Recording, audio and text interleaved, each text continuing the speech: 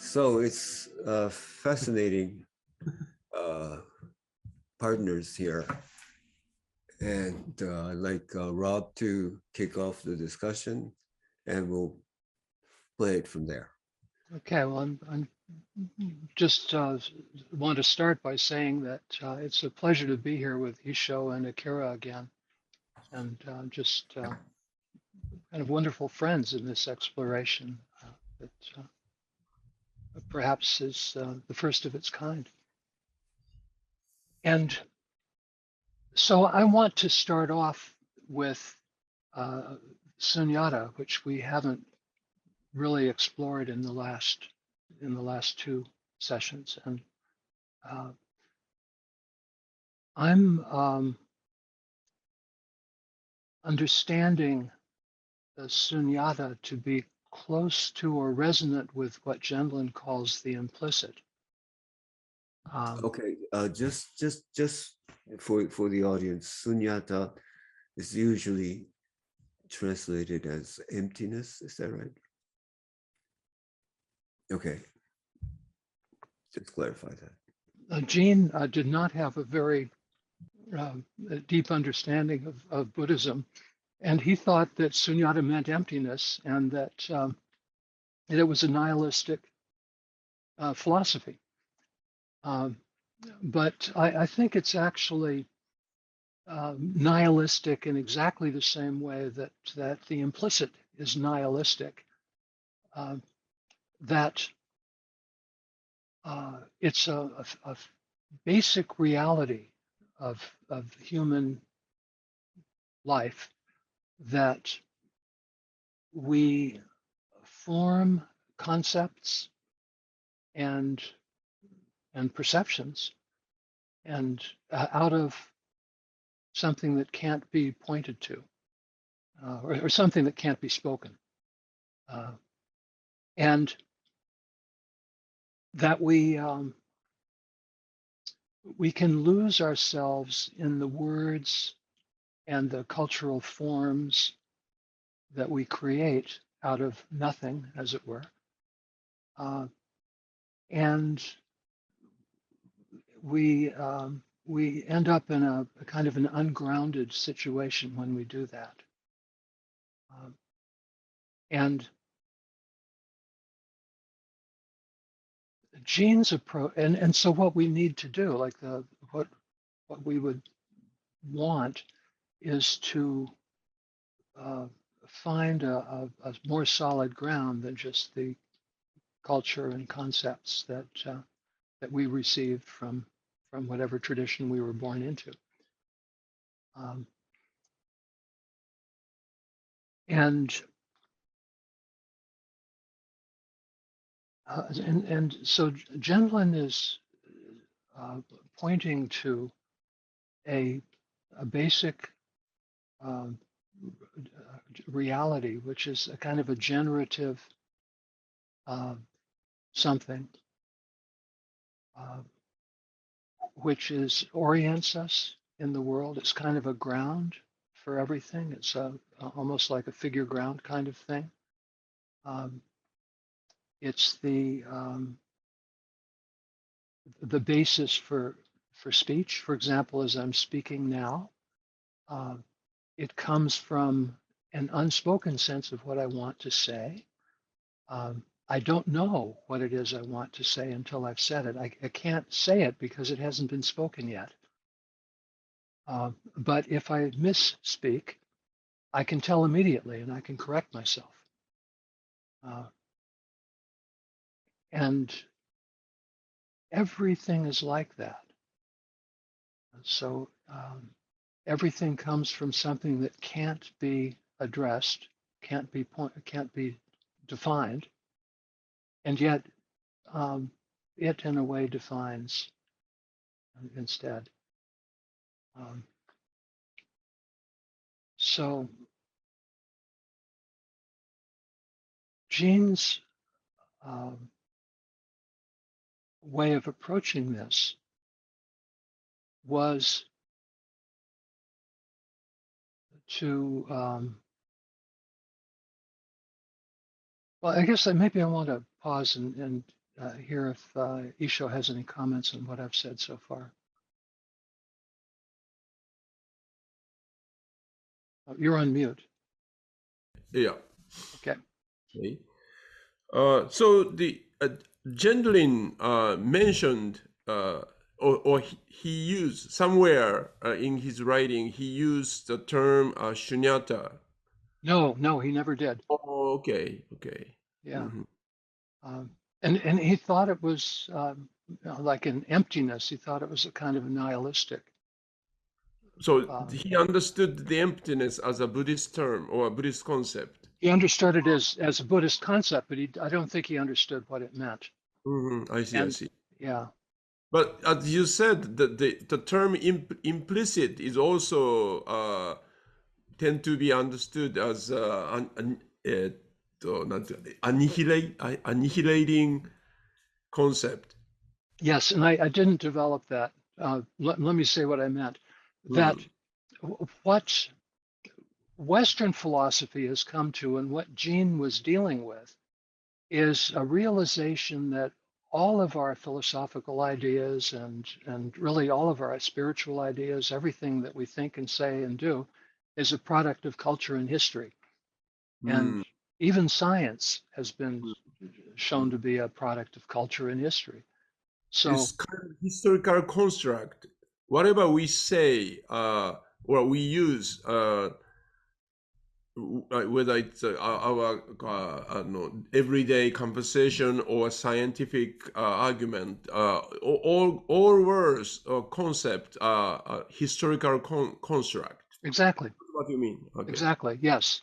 And what some people have done with that is that it is a kind of nihilism, Hmm. to say that. Hmm. Um, and We have no basis, right?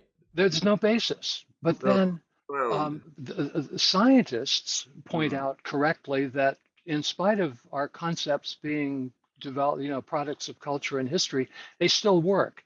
So we can create Zoom with these historical and cultural artifacts. Hmm. Um, Hmm. so it's not nothing, Hmm. but it's still true that you can show how history and culture influence the direction and the discoveries of science. Hmm. But Hmm. science still works. And Gene pointed to this in a broader way, that the people who take the nihilistic message and say that everything is just culture and history, uh, they should have noticed that everything still works.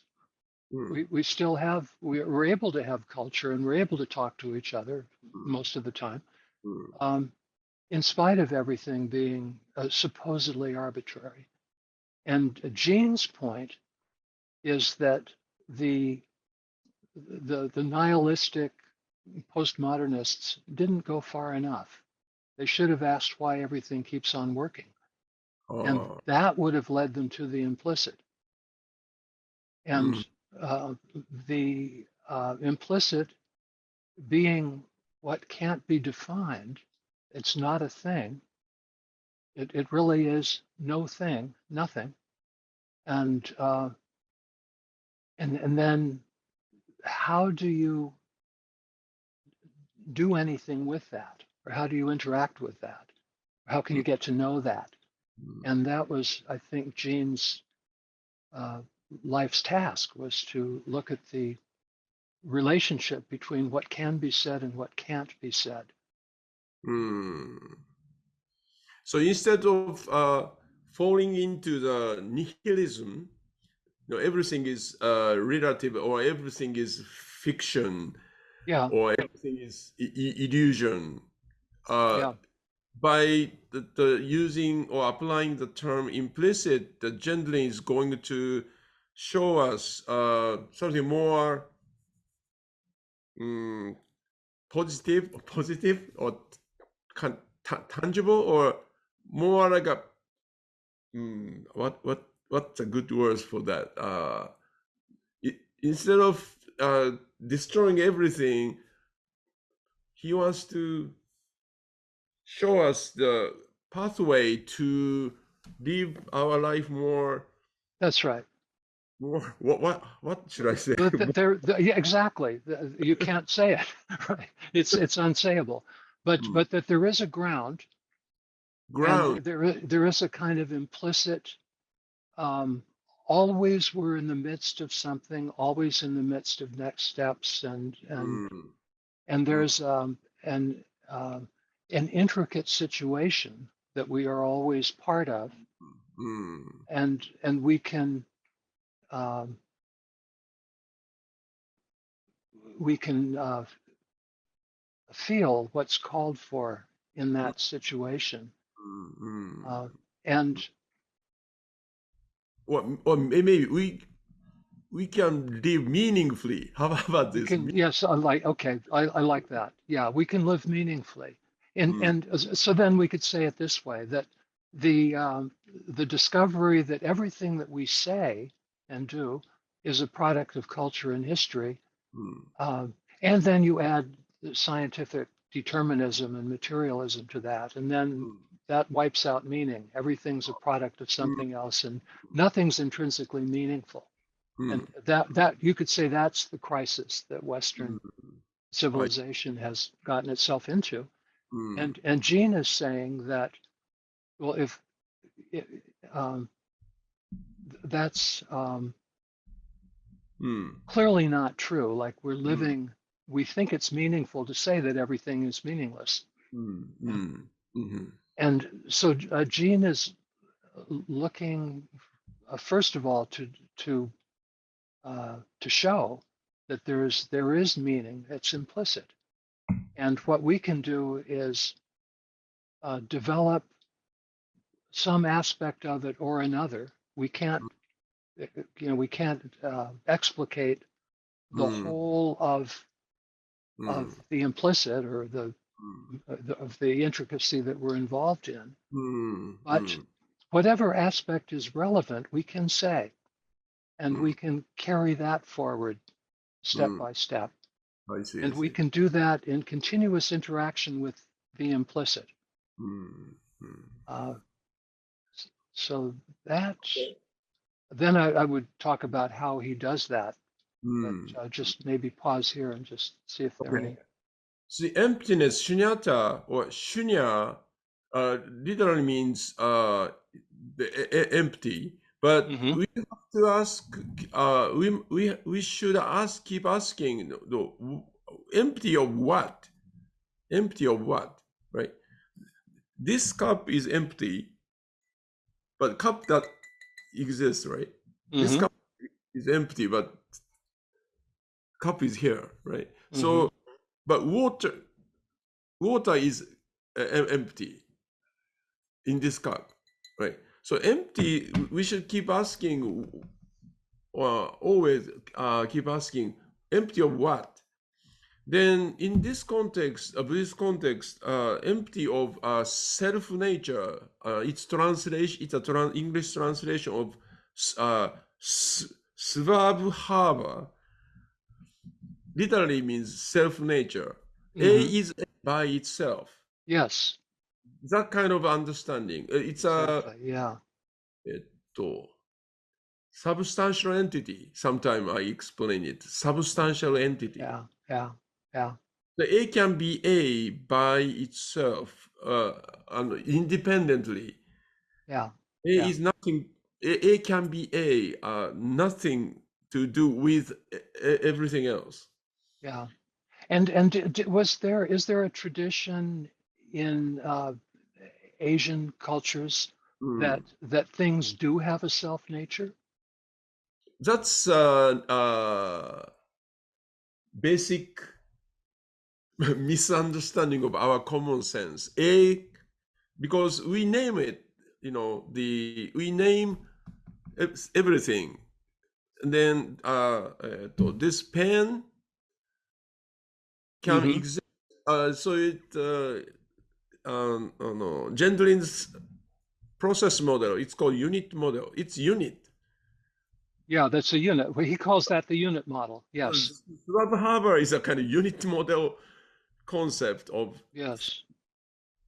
uh, For example, I once had a conversation with a percussionist, Japanese percussionist. He Mhm. was, and then he was kind of arranging many kinds of drum and then many kind of percussions around him before his performance, and then he kind of adjusting, those musical instrument, and then he kind of monologue that this floor, this hall, the floor is very soft.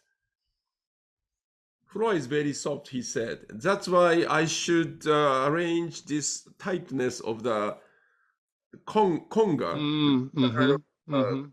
kind of percussion. So Yeah. I had a very interesting insight. So I asked him, so for you, the floor is a part of the conga Yes. instrument. And he said, oh yeah, you can say that. So I keep asking, how about the wall? How about the ceiling? How about the moisture of the room? How about the temperature? He said, yes, I have to take all things into consideration. Mhm. And he add one more thing. During winter, lots of women wear very thick feather, 毛皮ってなんていうんですかね。Leather? Leather, Fur? fur, なんていうの The Fur? animal, Oh, fur. Fur Yeah. coats. Fur yeah, coats. Yeah. yeah. Yeah. So those clothing absorb the sound. So he have to adjust how to hit the drum. Okay. So I thought this is very interesting things. So conga, the name of the percussion, we understand it as a unit model. Conga is always conga, Mhm. but living conga or sounding conga include floor, wall, ceiling, moisture of the air, what the audience wear. So I can add more and more, right? So this is a process model, right? Yeah. Yeah. Yeah. Ishio-san And is so that's it's go on. sounding like Gendlin. Yeah. Yes, Gendlin would talk exactly that way. Yeah, all Yeah. that is implicit in the conga. Yeah, Yeah. during this conversation, I was reminded because I read the first maybe 1/3 of the process model during the book, and then oh yeah, he mentioned something like this, and then Yeah. Yeah. he introduced the unit model and process model. So Yes. this idea can be perfectly applied to analyze this conversation, right? Yes. Yes. So So the shunyata is a device or device or instrument for us to uh, going beyond to go beyond our attachment or misunderstanding of this unit model approach to things. yes. So it's a kind of kind of going beyond concept, going Yes. beyond our common sense understanding Yes. of what's happening Yes. in Yes. reality. That's right. But it has another aspect, that's we call it deconstructive aspect of the concept. But Buddhism has reconstructive aspect, which is called engi in Japanese, literally translated dependent co-origination. It's more positive way of saying about the Yeah. reality. Yeah. Yeah. So empty of self nature, but still having a nature and having it's what Because the of way Gene would say it is that whatever's going on, whatever you yes, think is happening, there's more. yes. Because of the things don't have self nature, it can they can interconnect themselves with each other. Oh, can you say more about that? Co-product.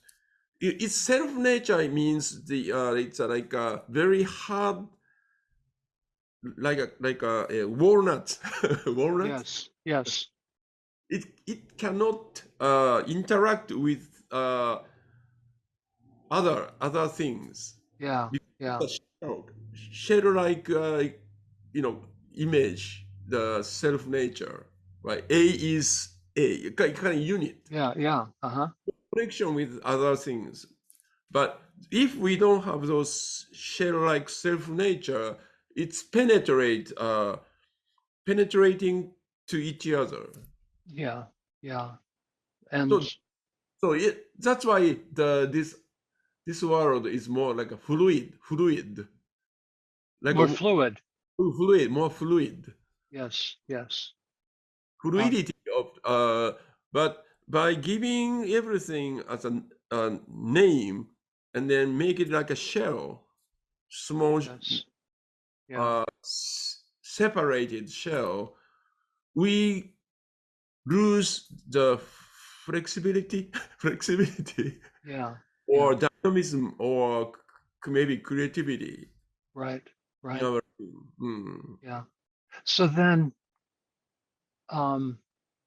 in the West, there's a strong tradition of this, we could call it a walnut philosophy, uh, Okay, well, of like it's attributed to Plato and has a whole mm, thread through there. mm. Many people see the medieval nominalists who thought that things Oh, don't have a basic nature, but they're just names that we give. mm, That was kind of the beginning of trouble for many people in mm, Western tradition. And then finally, postmodernism says, well, there's really oh, nothing has its own nature, mm, and that's very disturbing. It's, mm, I think, a kind of a mm, crisis. So mm, I'm curious. My understanding is that the um, the East didn't fall into that way of thinking, or mm, if you did, not as hard as we did. mm, mm, Uh, mm. what would you say about that? This walnuts philosophy, we not only apply to the world, but we also apply to ourselves. So Hmm. we as Yes. if we are walnuts, Yeah. right? And then so that's resulting in the kind of many uh, difficulties, many kinds of difficulties to ourselves and then to others, right? Yeah. Yeah. Yeah. Yeah. So I find this very interesting, just because Mm, of the contrast with you can see Western philosophy, without in a kind of a cavalier, cartoony way, we could talk it as kind of a slow motion car crash, because we mm, have this way of thinking which is inherently wrong-headed and contradictory, but mm, is um, is very fundamental to mm, many of our mm, ideas. mm, And mm, when that breaks, then it causes trouble. And when it doesn't break, it also causes trouble because mm, it's yes, fundamentally yes. things don't have Mm, their own nature. mm, mm, mm, mm. I think the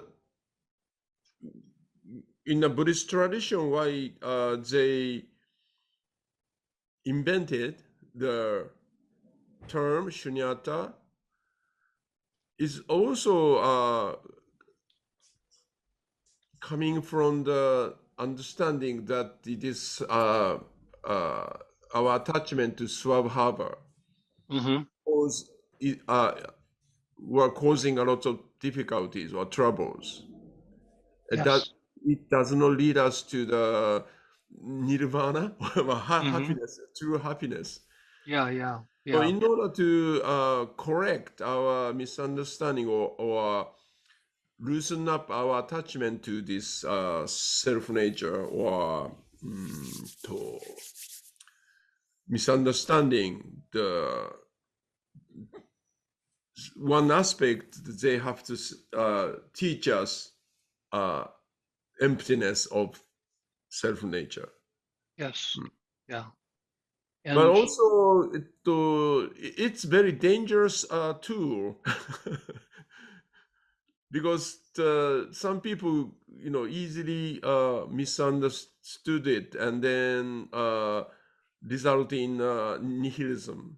oh yeah, yeah. And that happened in the East as well as here. Is that right? Yes, yes, yes. Okay, okay. That's That's why interesting. there's a warning, the shunyata is like a poison snake. We have to learn how to catch it wisely. Yeah, yeah, yeah, Otherwise, if we pick up the tail, it's snip back and then bite us, and then we get yeah, yeah, trouble. yeah. But the true meaning of it is Mm. fundamentally affirmative. Like we're embracing Affirmative, yeah, more than, affirmative. Yes, yes, yes, yeah. yes. And it's a large affirmation, not just Mm, A mm, equals B affirmation. It's like yeah. affirming Mm, existence or something. mm, mm, mm, mm, Yeah, mm. So everything is interconnected yeah. instead of everything is separated. Yes, yes, So we can have a totally different vision, yes, yes, totally different vision. Yeah, new version of the world and ourselves. yes. So that's one meaning of implicit for Gendlin. And Uh, and then as Akira pointed out, you said it just exactly the way Gendlin would have said it.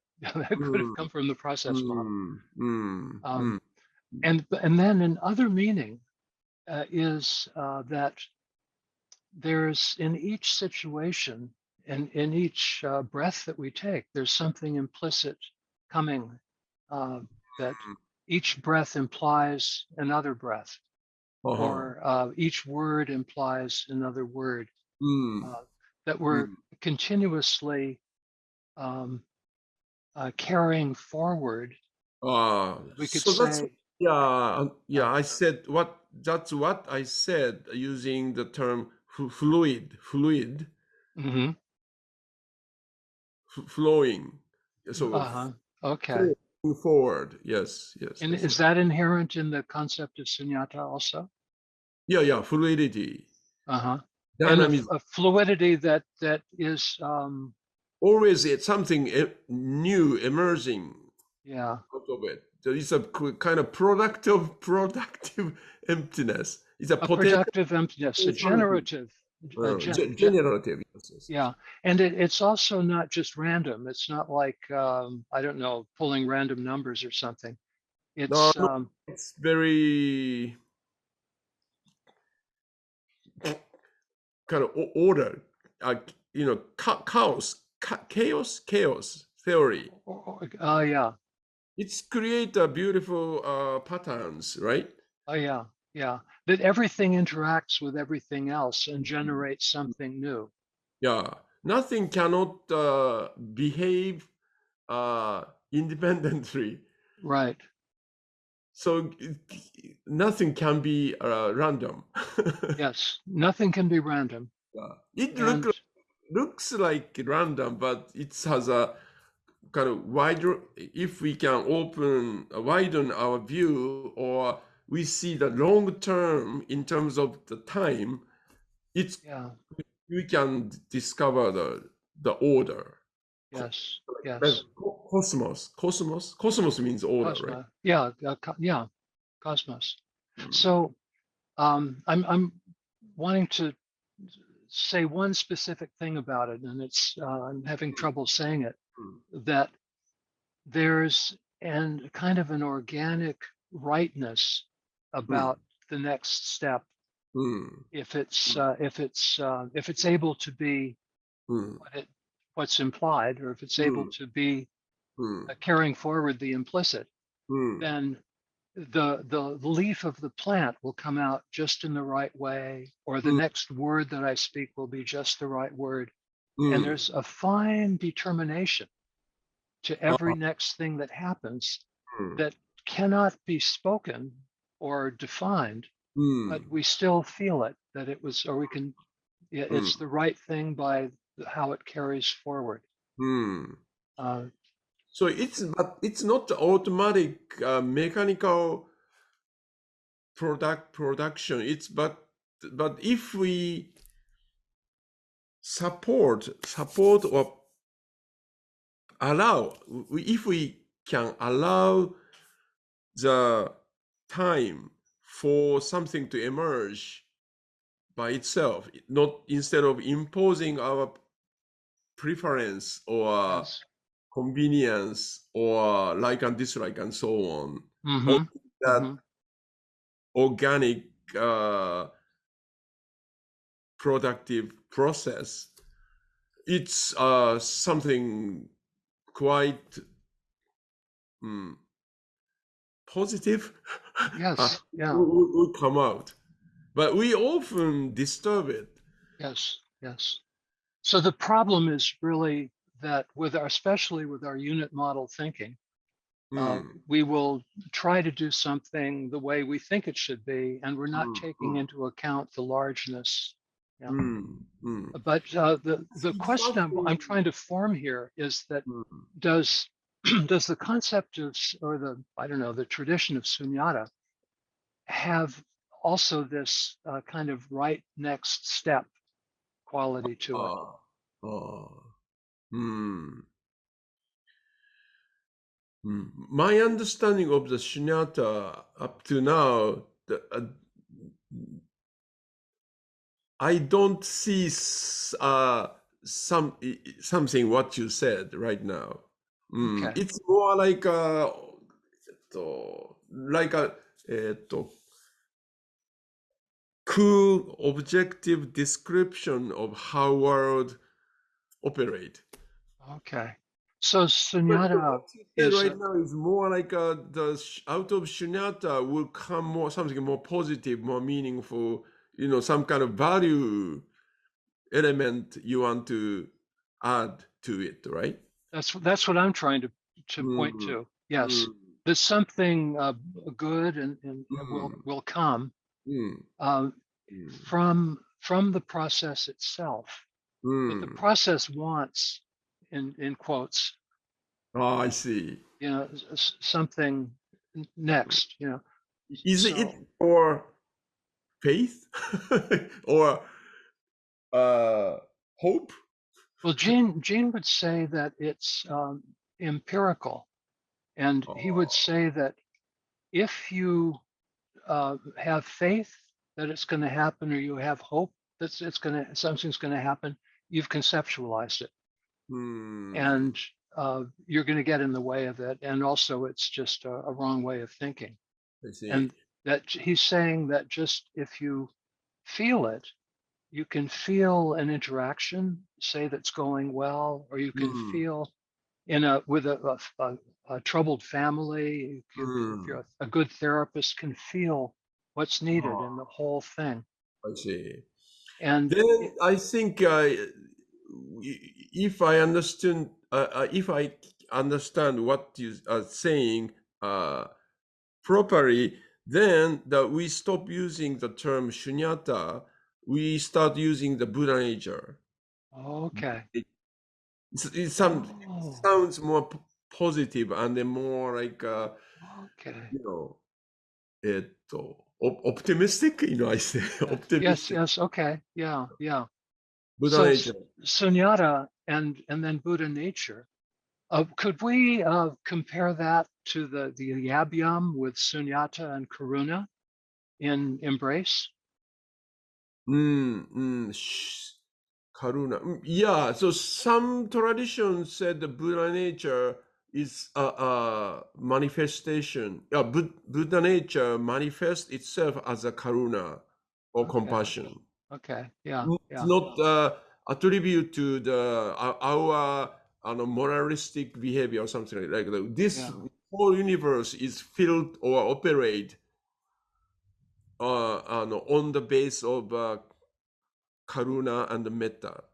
yeah, It's not okay. something human trait. It's more like a orientation, Hmm. like Teilhard Chardin's like move Yes, toward the omega point kind of. yeah, yeah, yeah. So, and it's also something that can't be specified. Mm. And if you try to define it and say what it is, you're doing violence to it, and you're going to cause a big problem eventually. So we be open to it, and we it's sort of like the process. I don't know how to say anymore, but if something good wants to come. Yes. So let me talk about Zazen, which I'm practicing, and also I'm try to give instruction to the people in the way recently I'm applying. Most people, including myself, understand Zazen sitting practice in Zen tradition Mm-hmm. as something what I do as a individual person. For example, we often say, keep your back straight. Keep your back straight. That's very important element of the sitting instruction, right? Yep. So most people receive this instruction as if the agent of doing it is me. Mm-hmm. Mm-hmm. So I Mm-hmm. control my body as an object, and then in a sense, forcefully make my back straight. Mm-hmm. Right here, there's a dualism or dichotomy. I am an agent, then Yes, body is the object, and that's then my right. goal is to keep my back straight, right? Yeah. And breath, for example, deep have a deep breath. So I try to order my body to breathe deeply. Yes. Right? And then keep, for the mind is like focus your mind on the breath. So I try to do it. Yeah. Right? Yeah. Always the agent of following the instructions, back Yeah. straight, deep Yeah. breath, or focus attention on some meditation object, right? It's always me. So Zazen is something what I'm doing. Right. But according to Dogen, different. Zazen has to be done totally different way. If we try to follow the instruction that way, that is called a meditation. So Zazen is not a meditation. That's Dogen's Oh, message. okay. Because as far as we are doing Zazen as meditation, it's a kind of unit model then endeavor. Yeah, we have boxes to check. Back straight, Yeah, mind yeah, clear, tick, yeah, tick, yeah, tick. yeah, Yeah. yes, yes, yes, yes, yes, yes, yes. But these days, I'm telling the posture is a collaboration between my body, which does not belong to me. I Mm-hmm. belong to the body. I have Mm-hmm. to change. We have to change the who am I? What am I? Radically. So the posture is in exploration between exploration, the harmonious relationship between my body and the ground. The breath is exploration of the harmonious relationship between my body and between my body, this body and the air. And then mind is a harmonious relation, exploration into unknown, exploration, the unknown, better relationship between my sensory organs and the sensory input. So it's always, so this is based on Gendlin's process model version of sitting practice. Yeah, yeah. I don't think Dogen Always, got it from Gendlin, though, did he? Gendlin mentioned in his process model, unless I step on the ground, there is no pressure supporting my feet, Mm-hmm. right? Mm-hmm. So it's Yes. always happening simultaneously. Yes. It's my step and then supporting force from the ground, right? Yes. Yes. Expanding lung and coming air, the same, right? And then my retina receiving the light, photon. Mm-hmm. Then what I'm seeing outside is the same thing, right? Yeah. Yeah.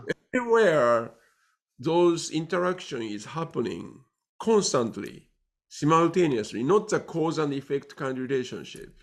And that's Zazen. Yeah. Okay. So this is what the summarize of what I said: the harmonized connection with the ground, and then so on. Mm-hmm. Then I can show this. So posture, breath, mind. It's a three component of the Zen, right? And then three activities. First, letting go, and Mm-hmm. then receiving, and then appreciating. Because what I base, this is the basic principle. This is what Dogen said. Just set aside your body and mind, forget about them, throw them into the house of the Buddha. For example, house of the Buddha in the context of Zazen, the house of the Buddha for posture is the center of the gravity, the center of the earth. Mm-hmm. So I just surrender my body weight to the gravity, Yes. right? So I can ground myself. Mm-hmm. As soon as I ground my body weight to the ground or toward the center of the earth gives back the supportive force for my posture. So this is then all is done by Buddha. Yeah. Then when you follow this, you are free from birth and death and become a Buddha without effort or calculation, Mm-hmm. right? We call it the other power. Yes. But for other power to work, I have to do one and two. So I call it letting go Mm-hmm. and receiving. So can we go through this slowly? Like letting go would be feeling my relationship between the body and the gravity and the Yeah, and for and that purpose, we have to let go of our tension, which make us as like a shell. yes, Tension or shrinking, yes, yeah, shrink, or grabbing, yeah, yeah, attachment. So this is a emptiness part, shunyata part, yes, right? Then we can. That means we open ourselves by letting go of my attachment to the self-identity or muscle defense system and so on, right? Then as soon as we do it, the something comes from the Buddha's side. That means from the ground, from the air, from the environment. yes. Then we Jean have would say the implicit right there. to receive Yeah, fully, yeah, not kind of like and dislike based on our like and dislike selecting, but we fully receive it. Uprighting means our upright posture. mm-hmm. So this is this is possible only when we receive the supportive force from the floor. Yes, But as far as we are trying to keep our body upright using my muscle force, we are disconnected with this supportive force coming from the Buddha's side, which means from the earth, right? yes, But when we open ourselves and receive it, we easily keep groundedness and uprightness right, as a collaborative work between my body and the ground. yeah, yeah, Then we can, third part is we appreciate which means understand deeply and also enjoy. Yes. So being supported by the ground, right? So we can say same thing, same patterns, letting go, receiving, and then appreciating the breath, out of breath as an offering. This is to the air, in breath as a gift. That we can enjoy the three pleasure of breathing. One is out of breath is pleasure of relaxing, and then in breath is pleasure of fresh air or energy, and then the third one is between the in breath out breath. There's a gap as a silence. So pleasure of quiet. Or all three phases of breathing, we feel a pleasure of being as a living creatures, right? Then mind is not just intentionally focus on one particular selected item.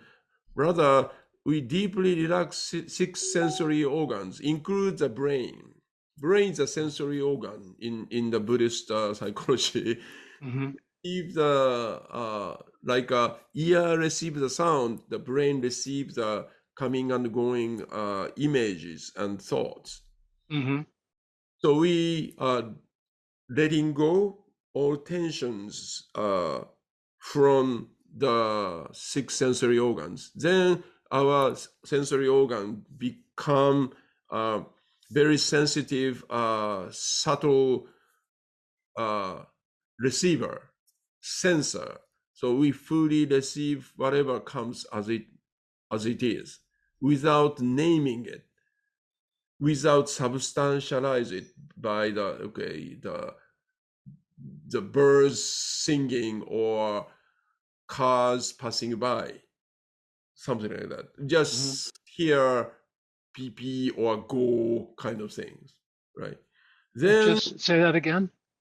we receive the sound as it is instead of imposing Oh, yeah, without naming it, without making it something. Yeah. or something like that. But you'd make it a this by paying attention to it, right? Yes. Okay.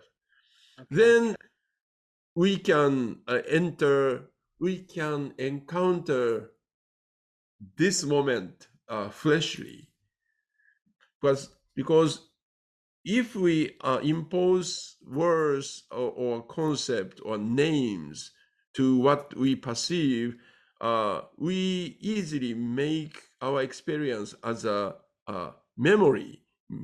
We to make a reference with our memory, and then I don't know, instantly we make our experience something we already know. Yes. But if we stop this, each moment world reveals itself as something brand new. Yes. So we say wonders of this world. As the Buddha, when he was enlightened under the Bodhi tree, he said, "Wonderful, wonderful." Before he uttered these words, there is a silent exclamation mark, Yeah. something implicit. But he stopped there. He said, "Wonderful, wonderful." Yeah. Then after that, he tried to, he said something like, "All things, including mountain, river, and so on, carries the virtue of the Tathagata, virtue of the Buddha." But we tend to focus on this part and then make it as a Buddhist doctrine. But we must not forget there is a silent at the beginning, wow, What's the part that becomes a doctrine? to explain what he experienced to other people to share. But cannot be shared. It can't be shared. Yeah. Then wonderful, wonderful. This is a monologue. Then third sentence is for the people. That's Mhm. how I understand. Yeah. So Zazen is exactly tapping into this working of emptiness. Yeah. Yeah. So I'm, um, I hope I could make myself understood a little bit. yes, I think I understand. I think this is very important. And in fact, it is very important. I Um, maybe there's, um, could we go back to that screen? okay. So I want to uh, talk about the philosophy of Gendlin here Mm, and mm, how he would talk about that. mm, The one thing that if I hear you correctly, mm, um, what Jean calls the implicit in the Zen tradition is understood really as two things, sunyata and Buddha nature. mm, And so with Gendlin, there's a kind of a horizontal relationship among all things. And whatever you look at, whatever mm, you think you're talking about, there's more to it. mhm, And there's something else that needs to be included for it to be what it is. mm. And that goes out until you, I guess, you encompass the universe or something. It's not a finite thing. Yeah. Um, and then there's also a kind of directionality Mm, that like a certain um, like being born as a child implies good parenting and a loving family and a certain kind of future. Um, something more. something more, yeah, Mm, something more kind of in a growth kind of a way. mm, And so we would say that an event carries forward what was implied, or doesn't mm, carry forward the implying. mm, mm, It carries it forward in this respect, but not that respect. mm, And what it is that can be carried forward, what's implied can never be specified. mm, We can mm, just say that this event carried the implying forward and this other event didn't, but the implying itself can't be named. Uh, so that mm, sounds a lot like what you're calling the Buddha nature. There's a kind of mm, mm, a mm, benevolent, kind of growthful mm, um, mm, mm, nature to mm. things. Yes, yes. This letting go and receiving is not a step or stages. It's a kind of a two things. Letting go and then receiving is happening simultaneously and Yes. endlessly, like a reciprocal, Yeah. mutual. How you say? Each of them support the other Yes. Yeah. continuously. Yep. Yeah. And it creates more and more orders, That's right. more harmonies. More complexity.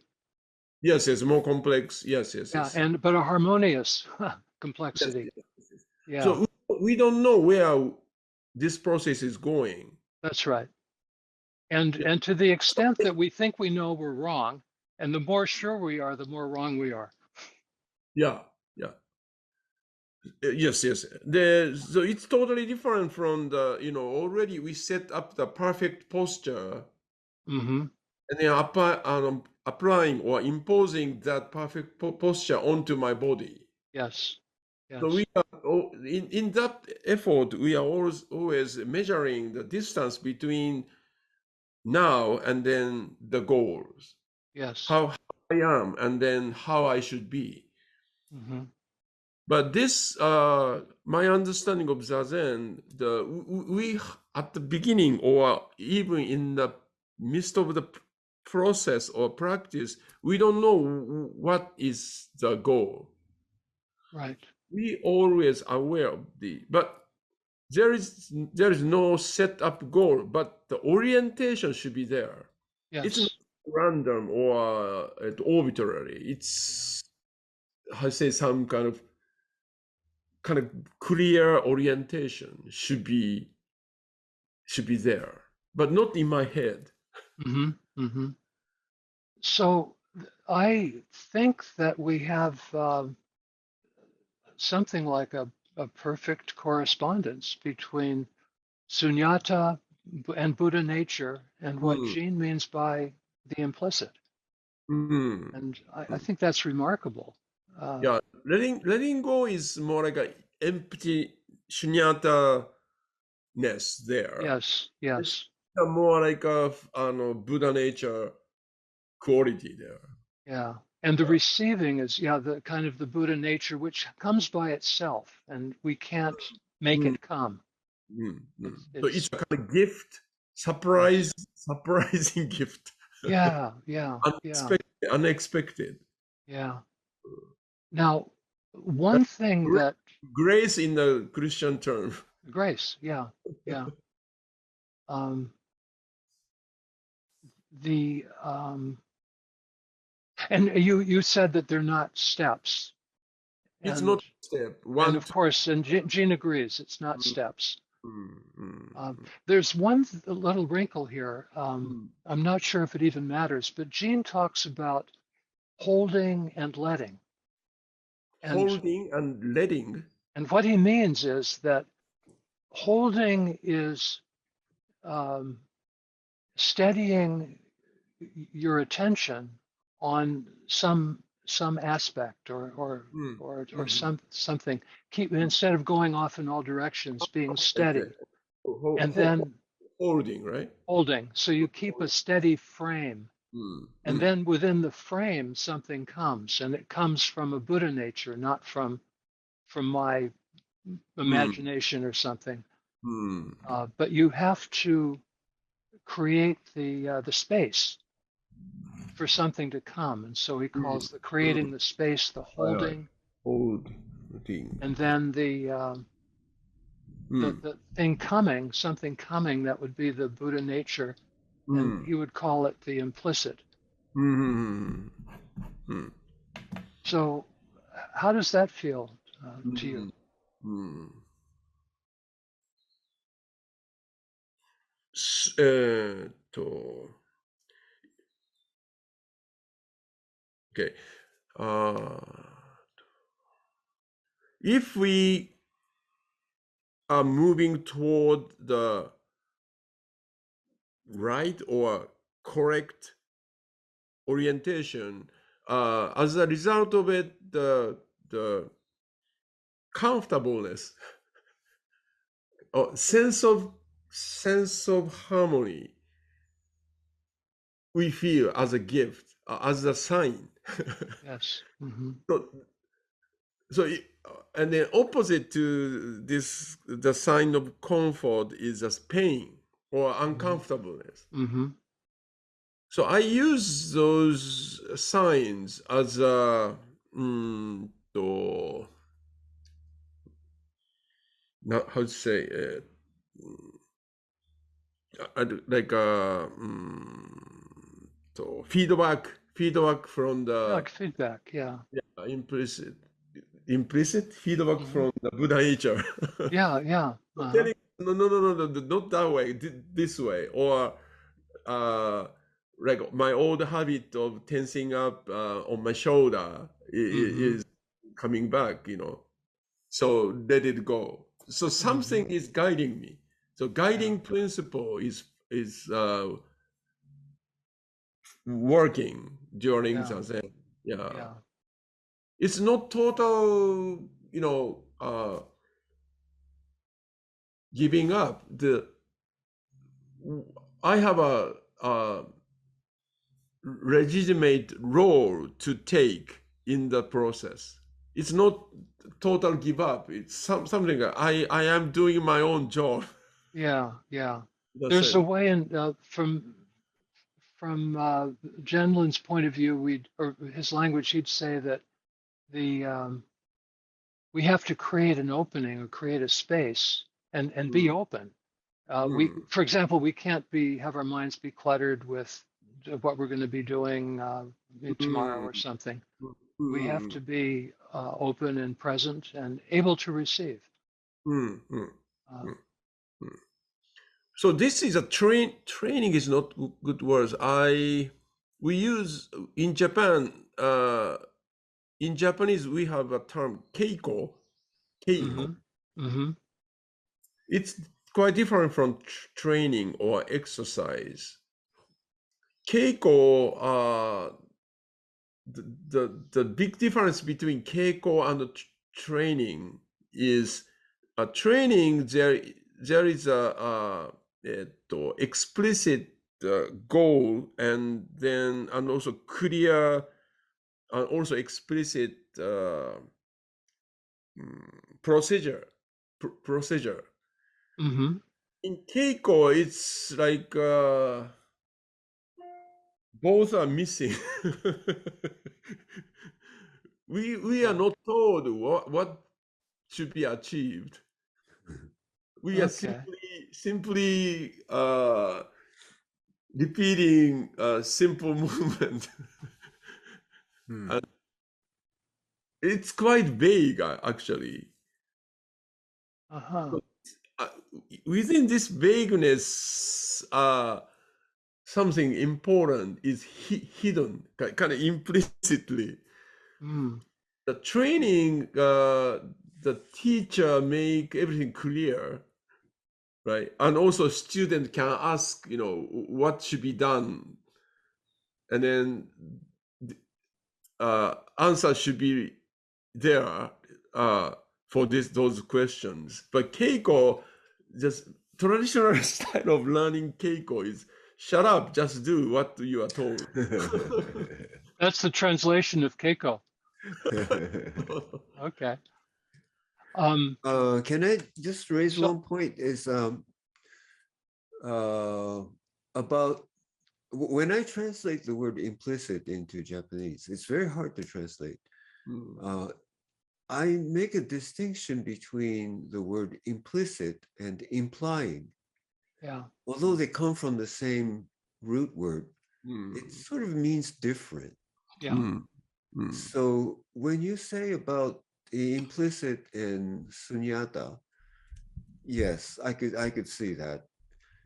And then implying, does it fit there? With I wasn't really clear. yeah. Well, I would Does it think fit that more with Buddha nature? the That was Buddha, one yeah, point I wanted to make.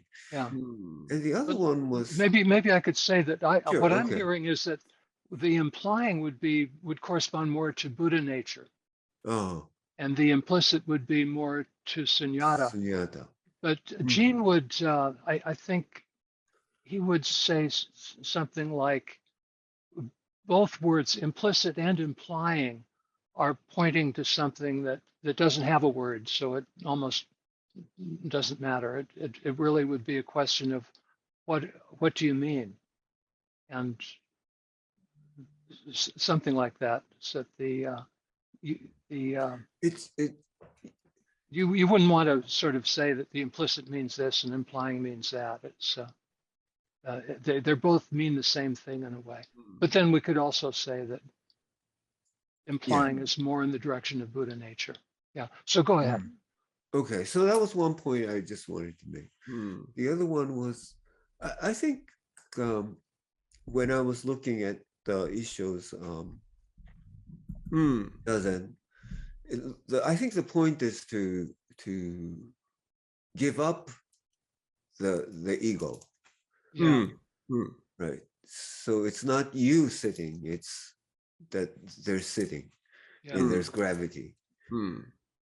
So, and that's one part I think is very different between East and West, really, is the Okay. giving up of the ego, the surrendering of the ego. So So I think I want to speak to that, but go ahead. yeah, so when people in the US or in English speaking places, or in Japanese too, when they think of focusing, it's I am doing focusing and I've got a problem and I've got the clearest space and I've got to find a felt sense. So that turns out to be quite different from Zazen, of course. Yeah. So it's, I think one of the crucial differences, or the point here, is how we perceive the ego or the self, or yeah. And yeah, Rob, go ahead. You wanted to. Okay, and I'm done with the shared screen, so we could go back to Okay. seeing each other again.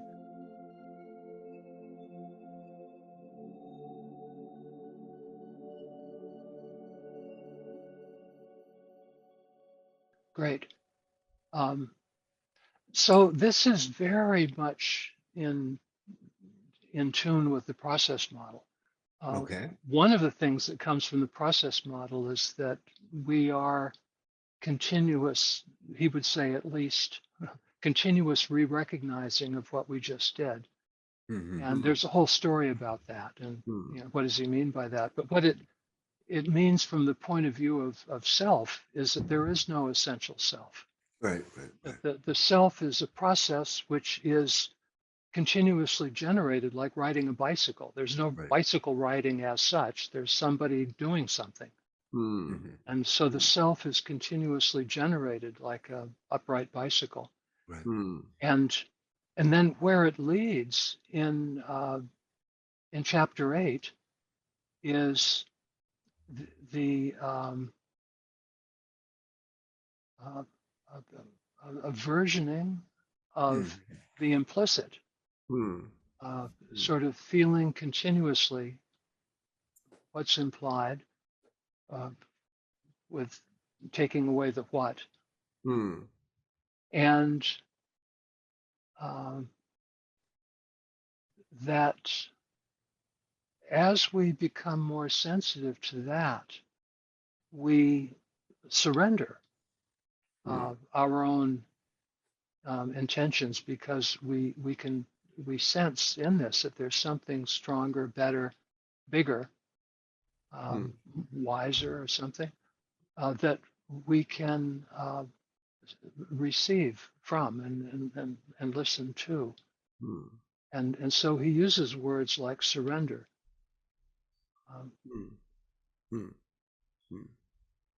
And it's exactly what you said.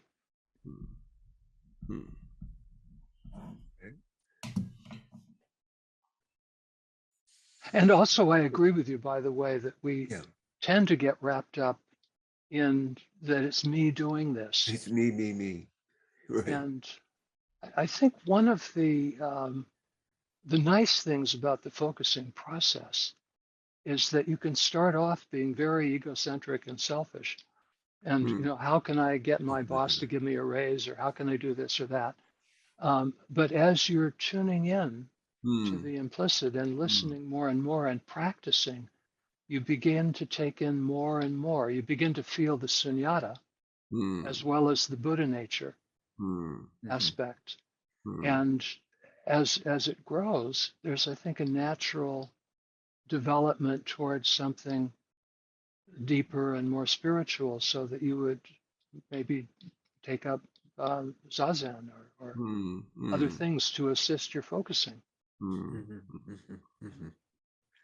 Yeah, I think the Zazen practice, we are not adding anything new to what we already are, because the interaction between my body and the ground is happening right now.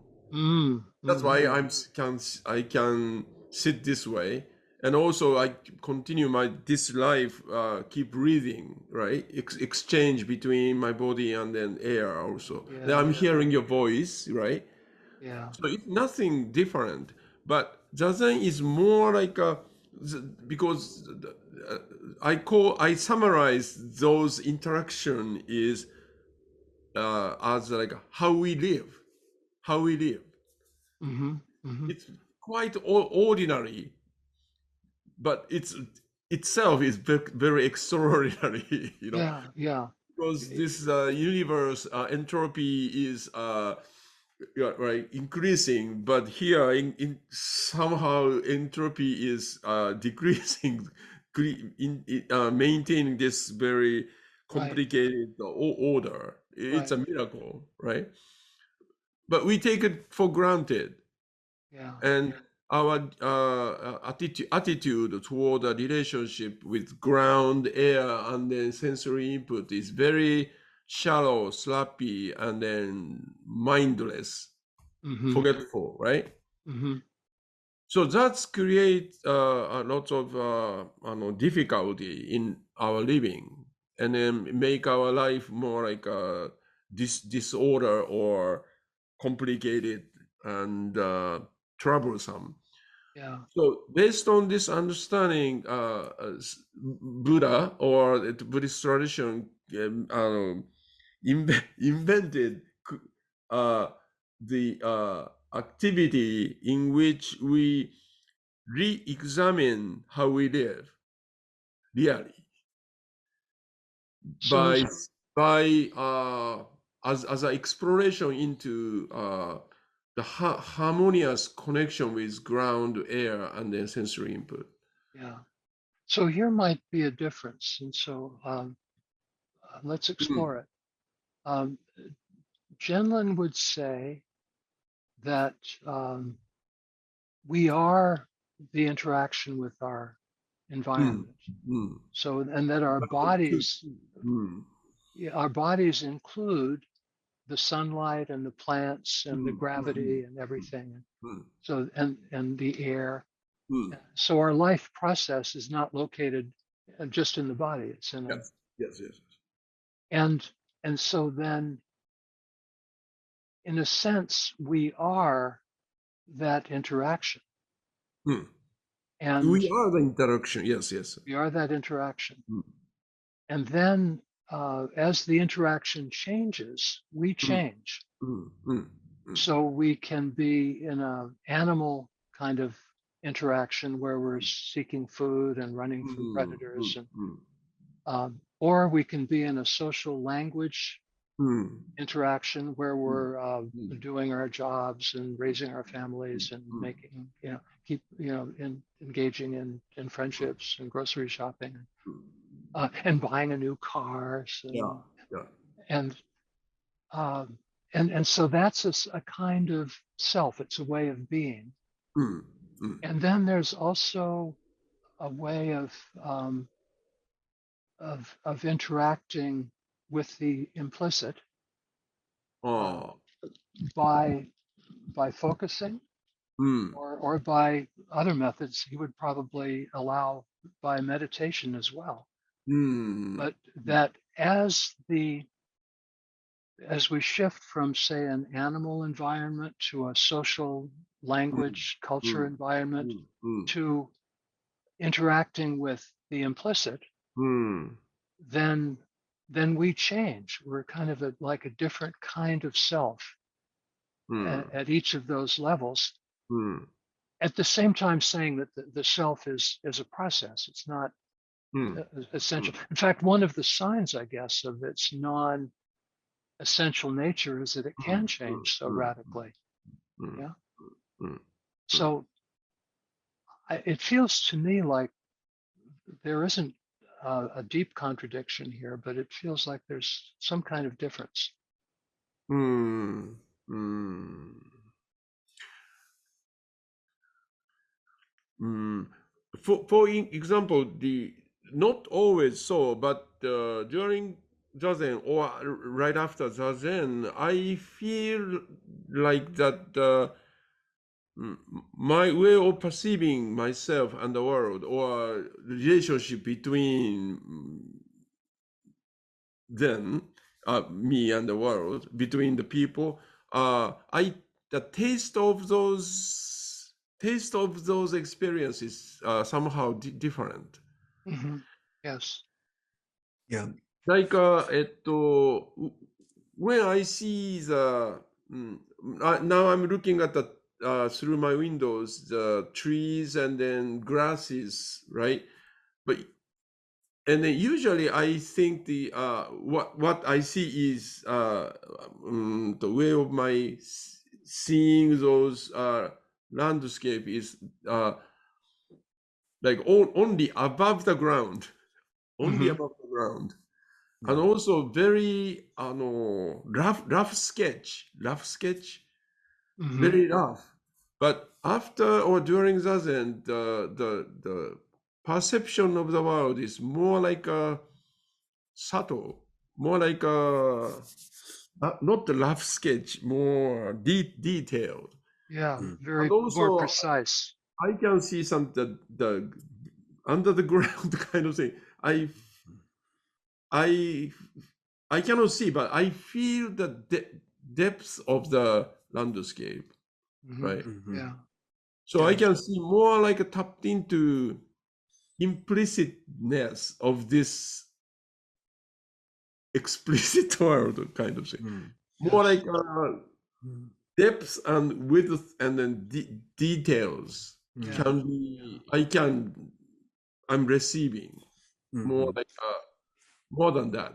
Right. I I I really did not understand very well what Rob was meaning when he was saying about changing from this context of being a predator or animal and symbolic world and so forth.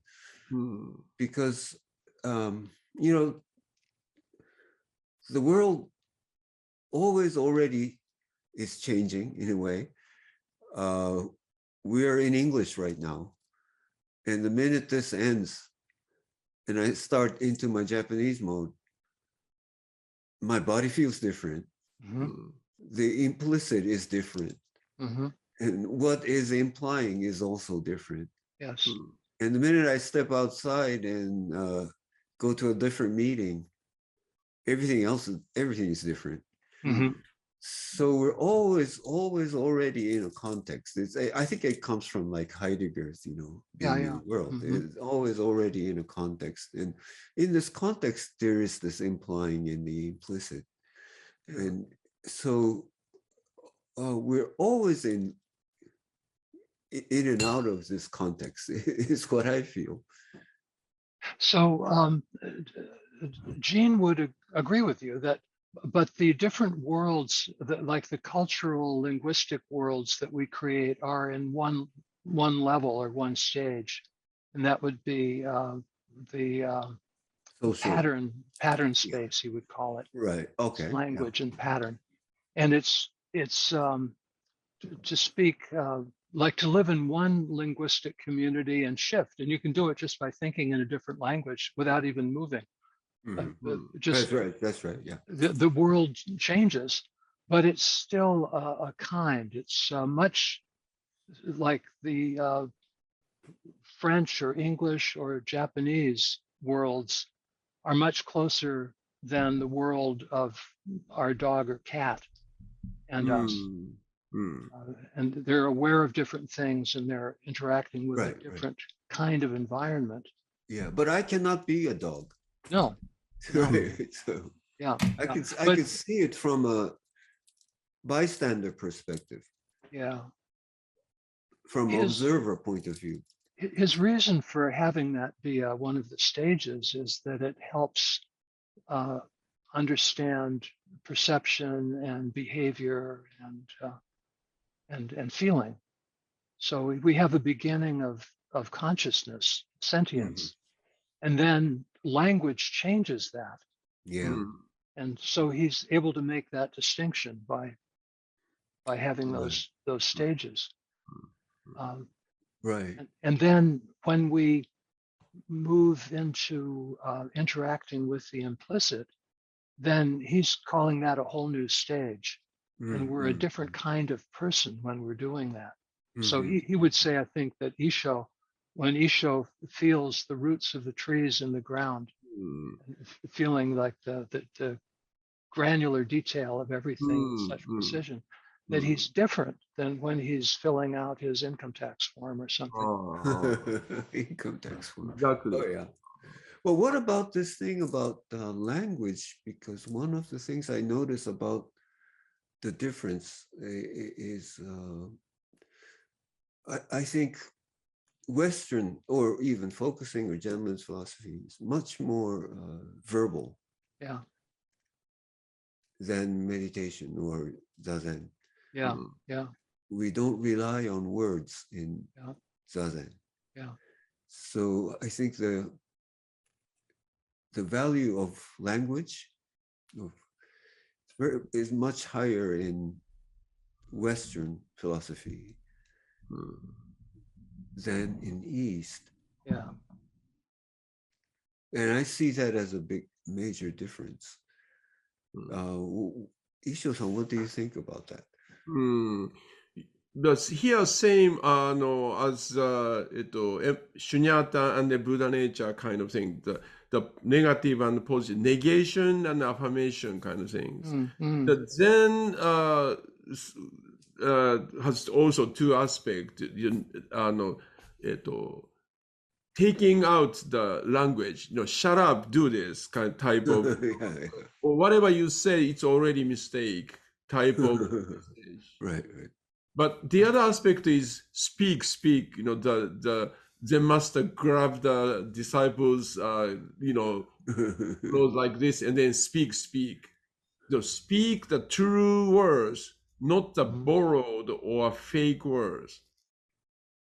So it's difficult to pinpoint Zen is the negation of the words or affirmation of the words.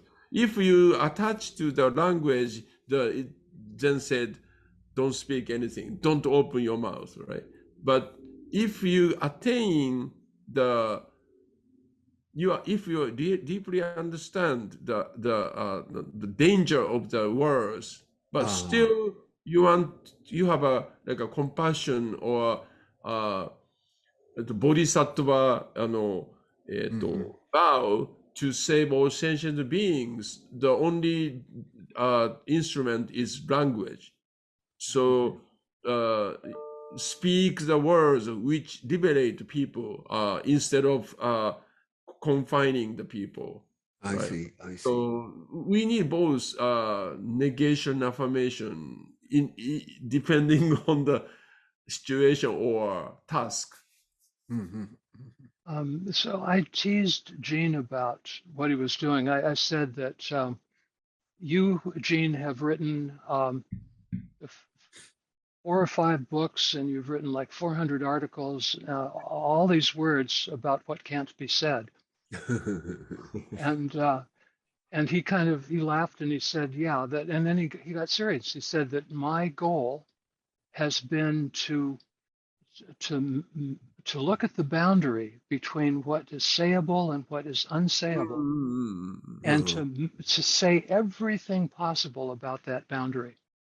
So to map that coastline as clearly as possible. Yeah, same can be said to Zen tradition. Zen declare we don't rely on the words. It's a transmission outside the scripture, but Zen left the most voluminous books. Yes. And I think that the focusing approach and thinking at the edge also are kind of an elegant kind of almost judo, where they're taking the power of words to entrap us and turning them around. Yes. Oh, yeah. And so freeing us. Right. And so using what would have been the poison and using that as a way to get beyond it. Okay. Yeah, I could see that. Yeah, we have a term, a killing sword, and then 活人剣と殺人剣。活人はなんて言うんだろうかな。活人。生かす、人を生かすですか？刀。So the sword which kills the people can be used as a sword to enliven enliven people. Yeah. So same sword can be used in both ways. Yeah. So what about I'm wanting to go back to, are there different kinds of selves? Yeah. But okay. You go ahead first. One basic question. Where can we locate the implicit You can't. You But except that no. it's everywhere. So we cannot pinpoint the implicit, like we pick up the insect and then put a needle and then pinpoint like a specimen. That's We right. can Yeah. say that. And it's an ironic thing that that as soon as you say what it is, it's I explicit. see. Oh. And so we have a story in the European culture about King Midas, that he wished that everything some genie gave him who said that any wish, anything you want, I'll make it true. And so he wanted to be rich. So he said, I would like everything that I touch to turn to gold. I have the power to turn anything to gold. Okay. And that was wonderful at first. He loved turning things to gold, but then he wanted to eat. And as he touched the food, it turned to gold. And he wanted to hug his daughter, and he killed her by turning her into gold. And so we do that with our concepts. Everything that we look at and name, we turn it into a concept. And so we have this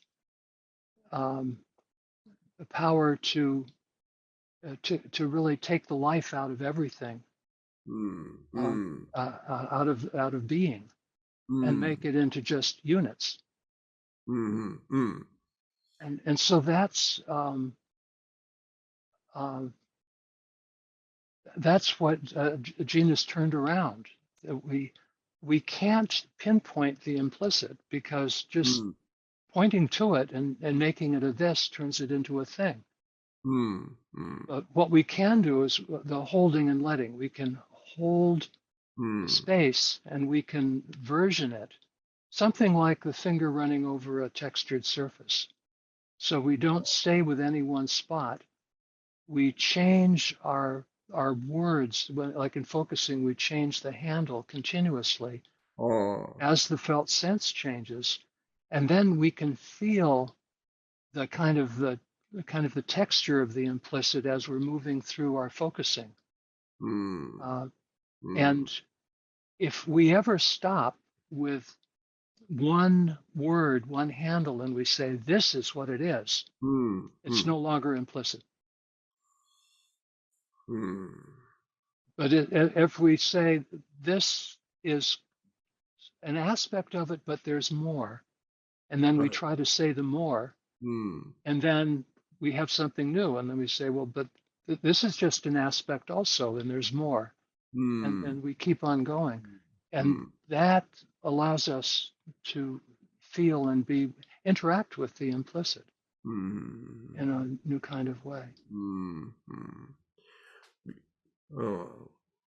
But we have a strong desire to pinpoint everything, right?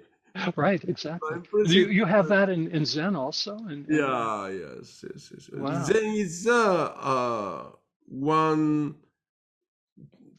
not the only one, but one tradition to keep us, encourage us to keep open to the unknown. So it's a kind of against the stream of our instinct to pinpoint everything and conceptualize or kind of freeze flow by naming or giving a concept to it. So then it Injustice, sounds... the philosophy of the implicit is similar. Similar word to mission mission or mission something to do something, so kind of mission impossible kind of. To do something that can't be done. So sort of to mission impossible project kind of. To be with the implicit, to interact with what can't be pinpointed. Right. So what I'm hearing is that the problem of naming and reifying everything Yeah, reifying, yes. is as big a problem in Japan as it is in the U.S.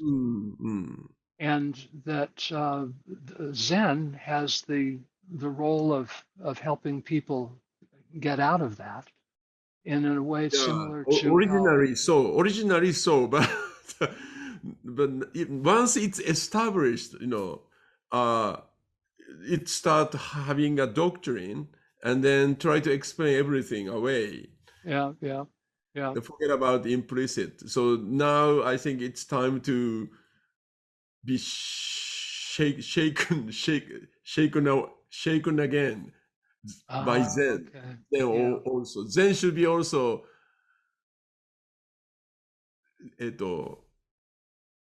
have to go back to the origin. A kind of a rebirth of Yeah, Zen. so yes. Yeah. The original spirit, I think And that, yeah. And that would be essential. It's human nature to name things and to try to understand and conceptualize. And then when we do it, we build these structures that keep us in a cage. And then we have to tear down the structure and start over again. So. And maybe it's not even a bad thing. It's that the building is the working with it is the important thing.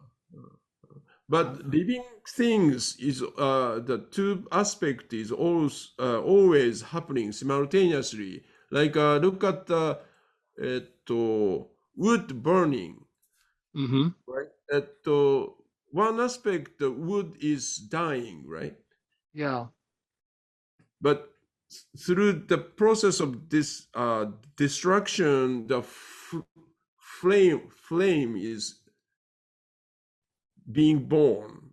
Yes. Right. Yes. It's emerging. So Yeah. dying and emerging is your birth and death is simultaneously happening. Yes. That's just reality of life. The universe also, I think. So living creature is a dying living thing, Yeah. There's a line that Bob Dylan said, he not busy being born is busy dying. Exactly. Yeah. Right. So we must not forget those two looking at those contradictory opposite aspect. Everything has something those yin and yang complementary aspect. But birth and death. yeah, once we name it, we start feeling like as if there's two things separately. Beautiful, ugly, right? Big, small. Yeah. So we have to keep reminding ourselves it's always emerging, simultaneously. Yes. Yes. I'm a little bit conscious of time, so maybe we can spend Yes, that's right. a minute or so just checking in with ourselves to see what else we need to say today. Well, I have one burning question. Sure, let's do that. So I sense that in spite of the unstable nature of language and concepts, that the basic understanding of our situation is very much closer than I imagined between Gendlin and Zen, particularly with around sunyata and Buddha nature. I think that that sort of points to exactly what Gene means by implying and implicit. And I'm surprised that it's so close. Oh, good. And it means I take that as an experimental replication. We have two experimental groups, one of them about 2,500 years old, and it's a long experiment. And in the West, we have one, maybe we could count ours as starting with Descartes or something, but we end up at the same place. That's interesting. And That's very interesting. Do you know if Gene didn't know very much about Buddhism? he did not. He did not understand Buddhism. Did he read something like I heard somewhere he used to be reading Meister Eckhart or something? He was definitely reading Meister Eckhart. How about D.T. Suzuki? I don't think that he got deeply into D.T. Suzuki. Why do you ask? Well, Zen mind, beginner's mind. Oh, okay. Oh. About Suzuki Shinryu. In my discussions, like I was talking to him at the time that I was, I learned what I was able from Dr. Gunther, and then I was getting more deeply into Zazen, and I think that he did not understand what I understood to be Buddhism. He had some boilerplate misunderstandings that like emptiness is negative and that Buddhism is all in the head and meditation. He thought that, he said that the meditation, you should bring it into the body, which of course is what it is. So I think he had fundamental misunderstandings. So I think that the replication here is pure. I don't think he knew. Yeah, that's right. I don't think he knew. That's amazing. That's really amazing. Yeah. And I think it's a basic. I understand mysticism as a spiritual practice, not as fluff, but the practice of mysticism is a kind of experimental science, we could say. And so it's not surprising. It's a kind of validation that we come to such similar results. I would expect that if we talk to Sufis and I think Hindus, I know some yogis and I practiced yoga for a while. But Gendlin was not a so-called armchair philosopher, but he maybe out of his intuition, he approached to Carl Rogers and then he philosophized what's happening in the therapy, right? Yes. So in that way, he directly connected with the how to say what's really happening, not in conceptual reasoning. That's right. That's right. And so I think he was and something also like the kind of that kind of within Buddhist tradition, Zen has not the not instead of satisfying with the I say the philosophical argument within the Buddhist circle, rather more touch directly this living life. That's right. That's right. Yeah. So touching with the daily life, reality of the daily life, something common emerge out of those direct approach to the daily life. So the language trap that we're trying to escape from or to mitigate is probably different in our two cultures. But the relationship between the language trap and the larger implicit or sunyata Buddha nature, that's going to be basic to human experiencing, and so that's not going to change. Right. So I think that's a remarkable discovery that we've made here in this series of talks. Right.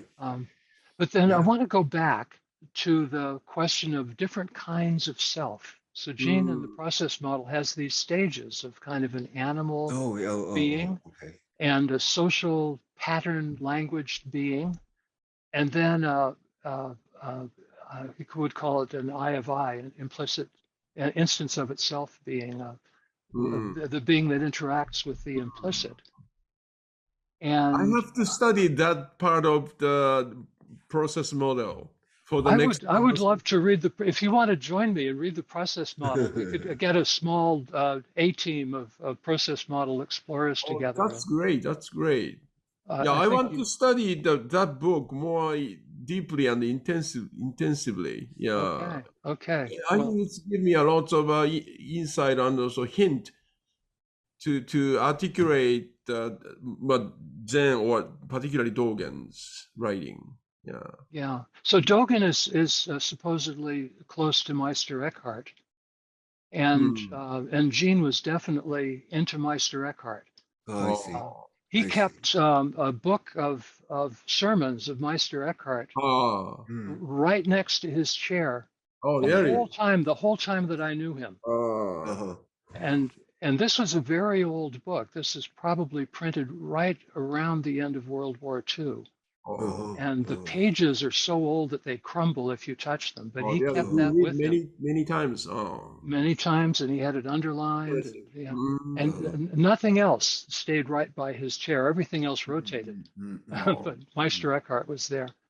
So Oh. I think he was trying to say something spiritual to a Western world and Hmm. to mm. speaking to a world that's lost in concepts. Right, Hmm. right, right, right. But I want to go back to still, is there a The selves, difference? different selves. The different selves, Okay. is there a way in which that could be expressed in a Zen tradition? Hmm. Well, these two selves, false self, true self. Yeah, But I think I'd like to put one more self between them okay, in order to clarify how to transform the false self or misunderstood self, which maybe we call it ego, and then true self. It's the original face before your parents are born, yes, kind of yes, stuff, right? yes, that would be the implicit, right? It's too early for me to say yes to the Okay. question. Yeah. Uh, well, could you say it points to something like sunyata or Buddha nature? Oh, yeah, of course, yeah. The true self is a self who is awakened to the shunyata or Buddha nature, Yeah, yeah, or the self living based on the basis of the Buddha nature, yeah, or as a Buddha nature. yeah, The ego is somehow separated. It's like a unit model, or yes, yeah, walnuts kind of yeah, separated self. Yeah. yeah. Separated self, and also is one side. The other side is opened or awakened. Yeah, Awakened self. Yeah. Dreaming self, awakened self. yeah. So we could have two kinds of self. Yeah, at least. Yeah, Mm, at least. Okay. And mm, so we mm, can then, mm. once we do that, then we can muddle around and we can express it in different ways. But the basic thing Yeah, that we're yeah. And both also, pointing to, depending on the traditions, there's 10 stages from the between the sleeping self and the awakened self. yeah, Yeah. yeah. Okay. Well, some traditions said there's no such stages, just sudden enlightenment, kind of, Right, right. not gradual. Yeah, yeah, yeah. And so that takes us into territory of concepts and making Yeah, distinctions yeah, and yeah, stuff. yeah. And And so that's, also, you might know the 10 ox herding pictures. 10 uh, ox herding pictures. Ox. yes, yes, I know of it. Yeah. Yeah, yeah, yeah. That is maybe interesting Okay. I see. to Yeah. Yeah, discuss. But yeah. Some anyway, do. maybe next Maybe discussion. next time. Yeah, Okay. yeah. Yeah. All right. So I think basically our time is up, and I think we've had a wonderful time today as well. And we hope there'll be another time. Yes. Right. Great. This is a very great opportunity for me to study And with a person like you and Akira Sensei. For yeah. all of us. Yeah. For And all of us. just, I'm just filled with gratitude and appreciation to both of you for Thank you. Same here. this is Right. just Yeah. wonderful. Right. All right. Okay. Thank you. So we will end our meeting today over here. And Rob would have to close the meeting? Or Oh, I have to close the meeting. Okay. You're the Okay. host. So I now am. Stop the recording or something like that. Okay. Well, so we'll say goodbye. We'll stop here.